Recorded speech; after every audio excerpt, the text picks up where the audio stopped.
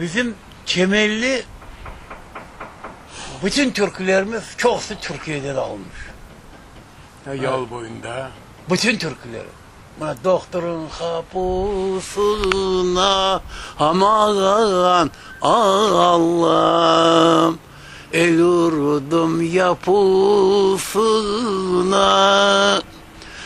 çaresiz dertleri da düştüm. Aman da doktorda bir çare. Çaresiz dertlere de düştüm. Aman da doktor bir çare. İşte böyle türküler çok. 11. ayları nasıl bu sözleri? 11. aylarından nasıl? yok, başı biliyorsun. Nağme.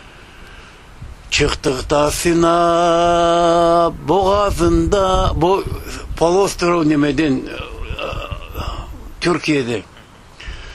Çıktık da Sina boğazından, girdik denize, Mevlam da kuvvetler versin.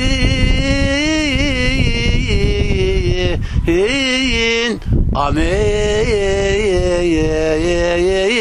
Reisi, kapitana Mevlam da kuvvetler versin.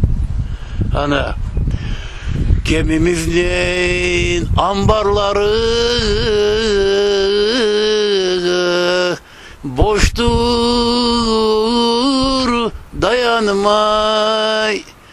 Tayfalarım da yuhuda,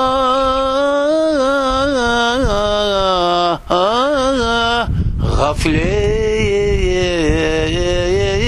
uyanmay. Hadi çok olsun.